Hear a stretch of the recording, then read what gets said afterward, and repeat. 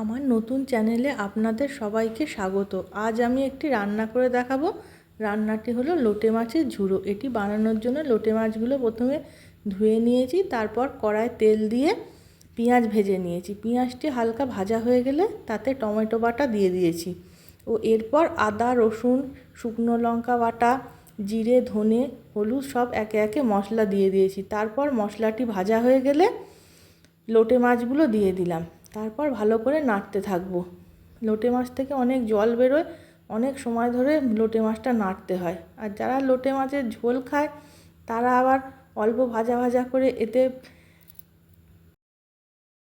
বেগুন, আলু সব সবজি দিয়েও তারা খায়। আমি লোটে মাছের ঝুড়ো বানাচ্ছি, এই জন্য এটাকে পুরো ড্রাই করে নেব।